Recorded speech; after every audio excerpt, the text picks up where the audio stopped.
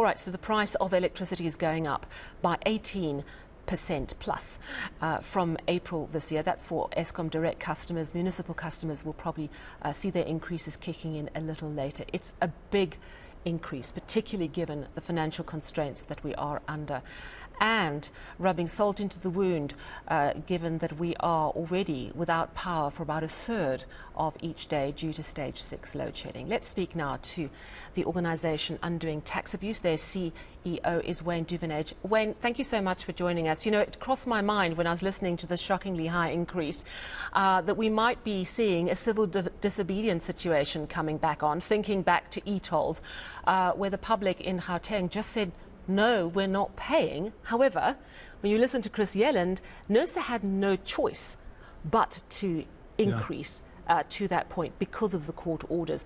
What's your view on how consumers are going to react to this? Sally, unfortunately, electricity is not the same as e-tolls. There was no consequences if you didn't pay your e-tolls. They couldn't enforce it. Whereas electricity and water and stuff like that, user pay scheme is easy to implement. If you don't pay, we'll cut your electricity off. Obviously, that doesn't happen in certain municipalities and Soweto, and that's due to political meddling. And they've created a bit of a nightmare, the politicians, for Eskom as a result of that.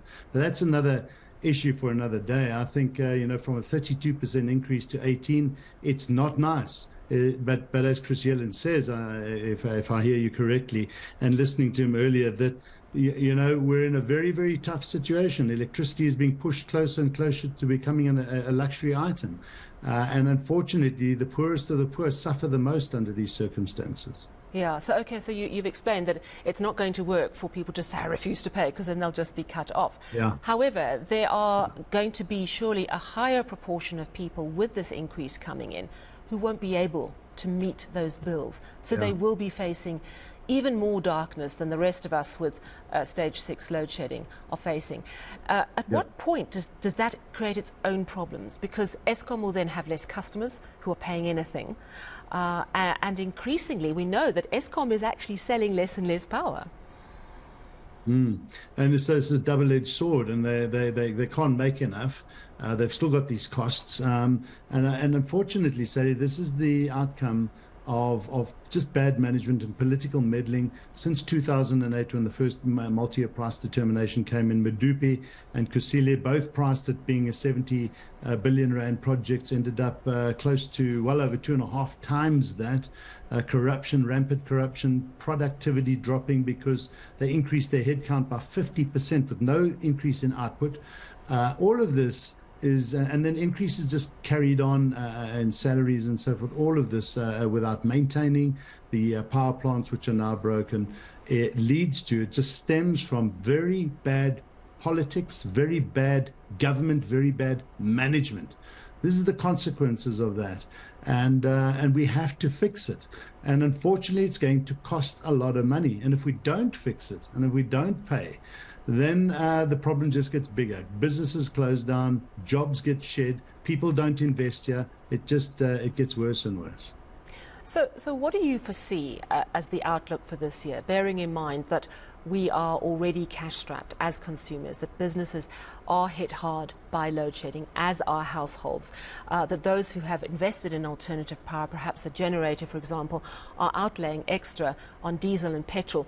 And you could say, well, you're not going to be paying as much on an electricity bill because you're not paying for power for 6 to 8 hours a day. The reality is it doesn't equate, does it? No, and you don't mind paying for power, obviously not at these high prices if you're getting it. So it's becoming quite frustrating.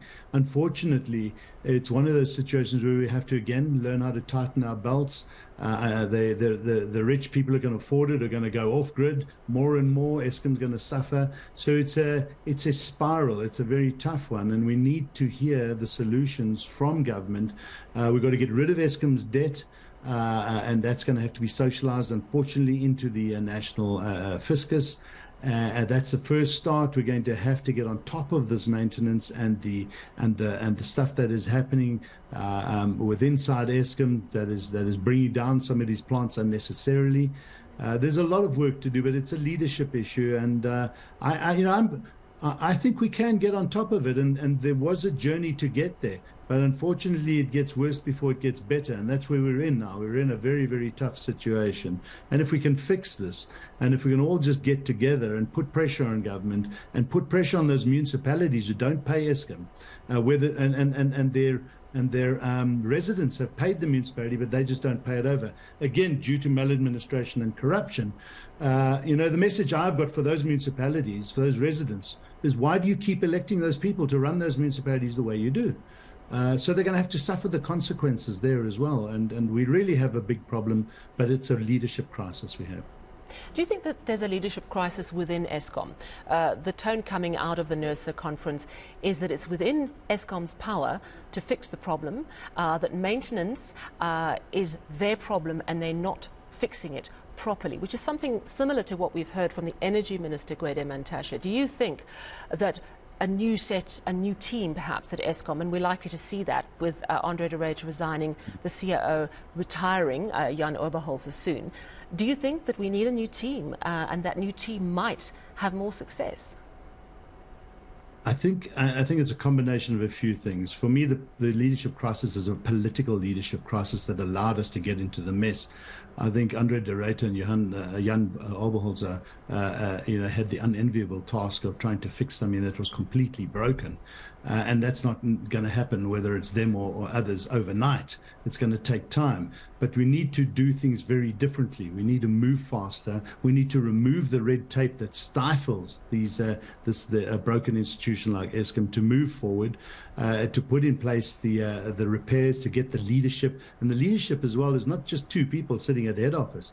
It is the management processes at every power station. It is dealing with the coal quality that is coming into those power plants and the theft of that coal. It's a multifaceted problem that is happening. The coal mafia is a reality. Sabotage and collusion are realities that Eskom are facing every day. Two people aren't going to fix that. It needs a team and to deal with the corruption and this maladministration. And I think whoever goes in there, we need to get behind them and support them and not castigate them because they're trying to fix a system that's been held together with elastic bands and sellotape for the last decade. Thank you so much for chatting to us. That's Outer CEO Wayne Duvenage.